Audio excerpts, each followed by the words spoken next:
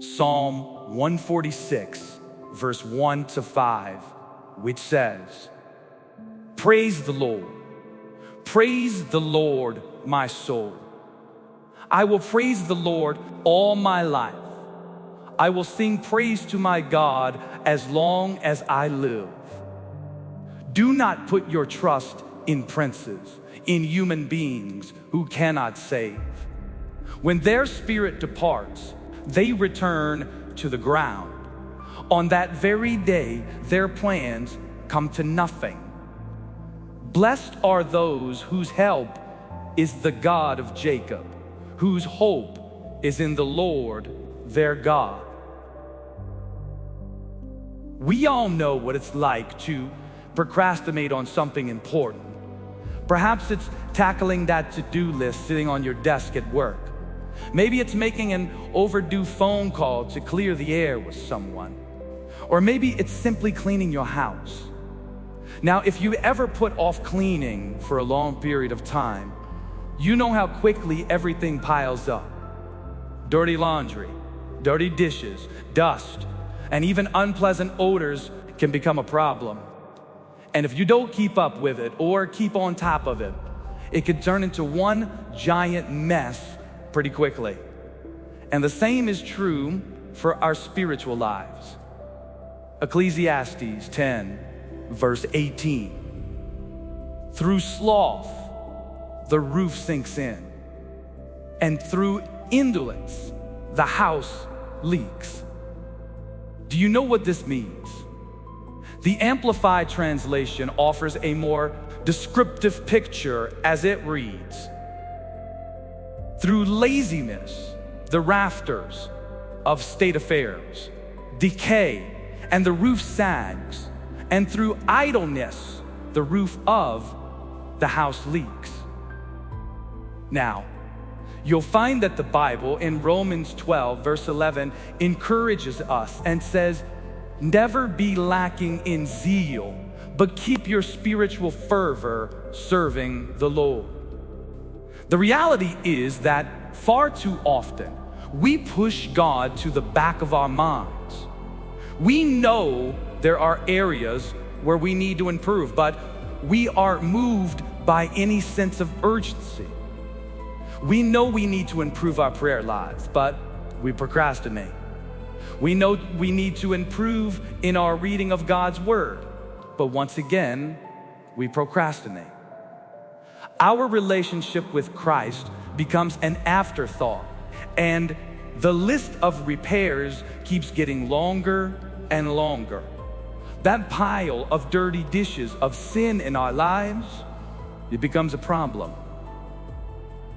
However, today, if you proclaim to follow Christ, I urge you to walk with God daily. Don't save Him for church services alone. Don't take Him for granted. Don't think you'll have tomorrow to get it right with it. You have access to the Creator of the universe. You have access to all of His grace, all of His love, all of His blessings. There's nothing more important in this life than knowing Him and growing in Him. If you're spiritually asleep, the devil will sneak up on you and attack you where you are most vulnerable. When it comes to confidence and strength in God, don't be found lacking. Don't be left exposed. Don't be found without the blood of Jesus on the doorpost of your heart and your home. Instead, stand guard at every possible point of entry. Stand firm in the gospel. 1 Thessalonians 5 and 6. "So then, let us not sleep as others do, but let us keep awake and be sober." So often we just coast through life, forgetting about God until we realize we need Him. But it shouldn't take a struggle for God to get your attention. A trial shouldn't be the only thing that brings you to your knees. A problem shouldn't be the only way God will ever hear from you. We are meant to seek and obey Him every single day of our lives. Our greatest offense against the schemes of the devil is to be grounded in God's word. Make His word and His way a priority in your life. Each day, saturate your mind with the gospel. Paul sums it up perfectly in Colossians 3:16.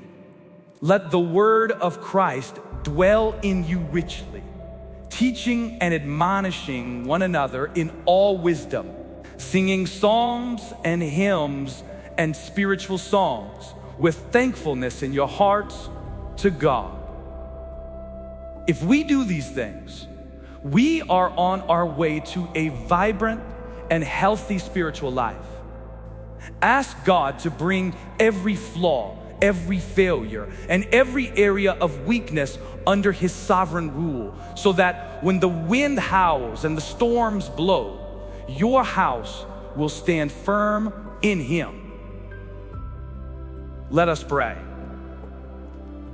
Heavenly Father, forgive us for all the times that we have neglected your voice, a voice that calls us with love and mercy. Forgive us for all the times that we have pushed you aside for our own selfish ambitions.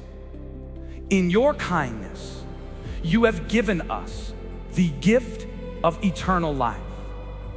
And all you ask in return is our full and complete surrender. And even then, we still fail you. So have mercy on us. Father, help us so that we would take our walk with you seriously and intentionally. Help us to get our spiritual houses in order.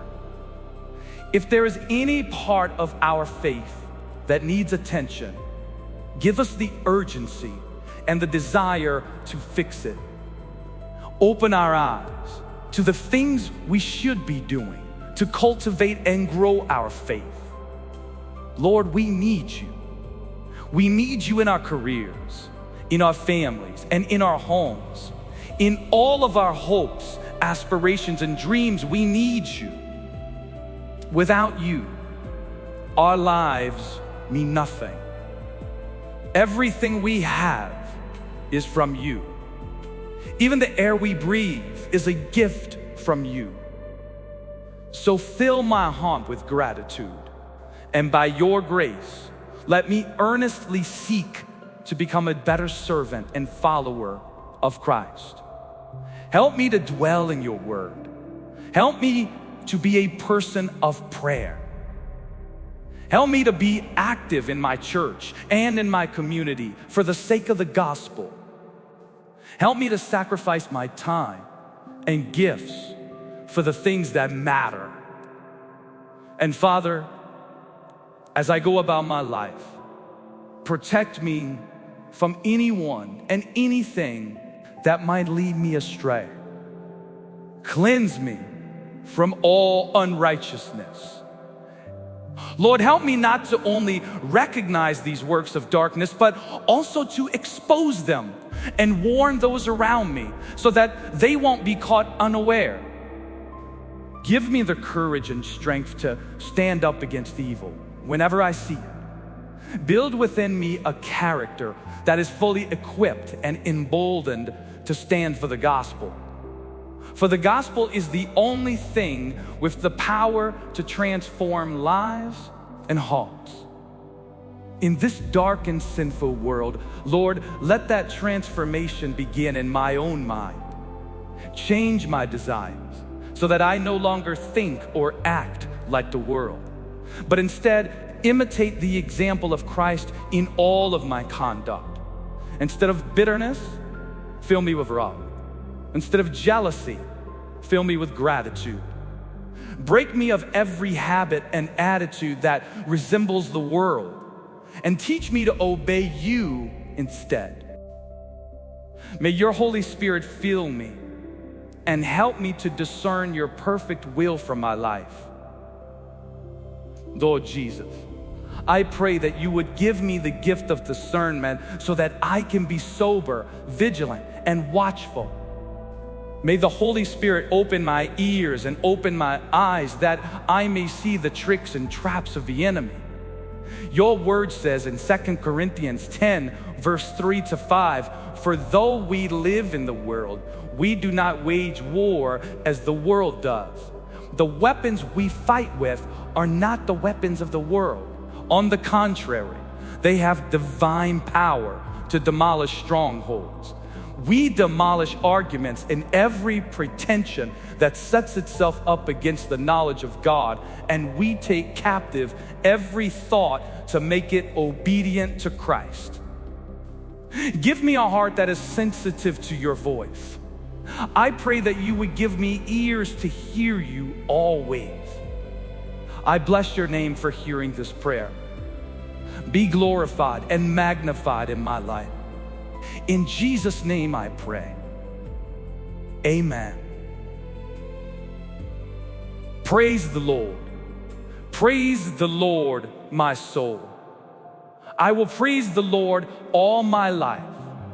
I will sing praise to my God as long as I live. Do not put your trust in princes, in human beings who cannot save. When their spirit departs, they return to the ground. On that very day, their plans come to nothing.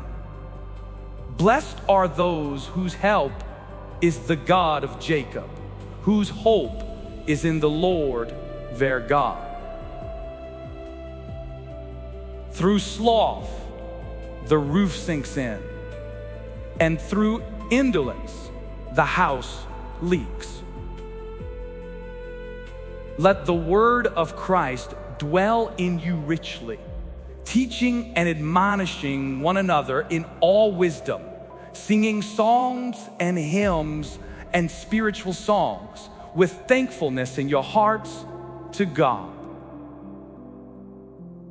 But God, being rich in mercy, because of the great love with which He loved us, even when we were dead in our trespasses, made us alive together with Christ.